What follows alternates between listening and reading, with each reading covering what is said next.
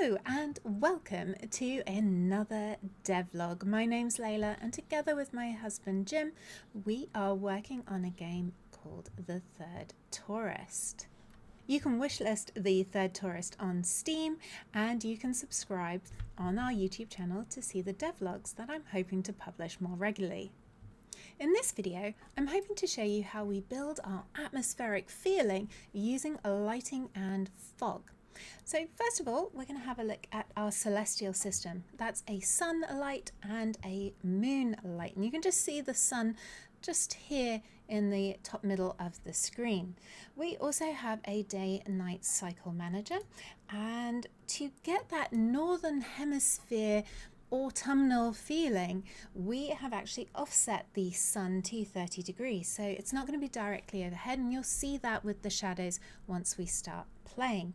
As I change the time of day, you can see that the sun will arc in a lower part of the sky. It doesn't go directly overhead, it sort of arcs in that offset pattern, and the moon will follow that same way. So the sun is offset to 30, you can see above my head here, and the moon is offset slightly differently to 40, so they don't track on the exact same path. In fact, the whole skybox kind of rotates as well, so it gives it that sort of cooler northern hemisphere lighting. This is the midday light, and as you can see, that sun being offset is rather obvious by the shadows.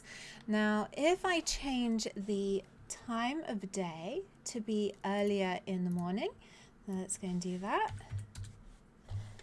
You can see that because we're using Unity HDRP, it's handled some of that golden glow that you get when the sun is lower in the sky. Our shadows are really long, and it does feel rather autumnal. So now that I've gone to that dusky, sun has just set time of day, you can see we've got this lovely purpley sky and an orange glow off in the distance. Our street lights have also come on. Make sure you subscribe, because in a future video I'm going to cover our smart light system, which is how we deal with hundreds of lights and keep the system performant.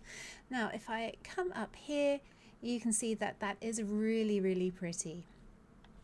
If we go even darker, let's go into proper nighttime. Not only can you see the big light from the lighthouse swinging past, but you can see that it's actually really quite dark, and that was a design choice. Many games artificially lighten the night sky so you can see things, but we didn't want to do that. We wanted to keep that sort of claustrophobic closing dark, so that you have to use your torch to go around.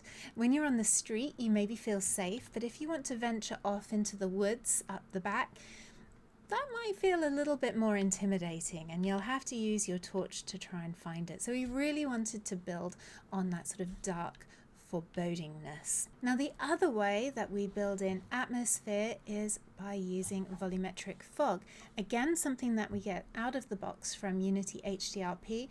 It does come with an added expense to performance, but we think it's worth it. So I'm going to enable it now so you can see it. And there you go, there is the fog in action. Now, it looks okay during the day, but where it really shines is in the evening with the street lights on. And now you can see it's in the street lights. Now you may notice that the fog is rolling, and I think that's really cool. And that's because we have a custom material with a 3D texture, and that's animating over time to make the fog thicker or thinner as we go. We do have complete control over the fog system as well. I can make it much more dense, and that can be dynamically controlled throughout the day, the night, throughout the game for different scenarios, just to build on that claustrophobic environment with that spooky atmospheric feel. Another place where the fog really shines is in what we call the demonic cathedral. Now that may not be its ongoing name, but it's where you go when you sustain too much damage, and it's also how one will fast travel around the map. So here we go, I'm going to go up to this. Yes, we'll fast travel. And here we are in the demon realm, so of course there's demonic red light. And you can see that that volumetric fog is used to really give that atmosphere to this whole environment. Now if we come through here, we can see those beams, they're not God rays, are they, in the demon realm, but they are there. And then we also have this caustic projection from the portal lights going around. Now if I walk towards this portal, oh look, we're right back where we started, inside one of the ley line barriers. So really quick look at how we build our atmosphere with lighting and fog. And as I mentioned, we'll have more videos on how we manage hundreds of lights and also how we have beautiful global illumination inside during the day. So make sure you subscribe to the YouTube channel to see when I publish those videos. And please, please, if you can, go and wishlist The Third Tourist on Steam. Well, that's it for now. Take care. Bye.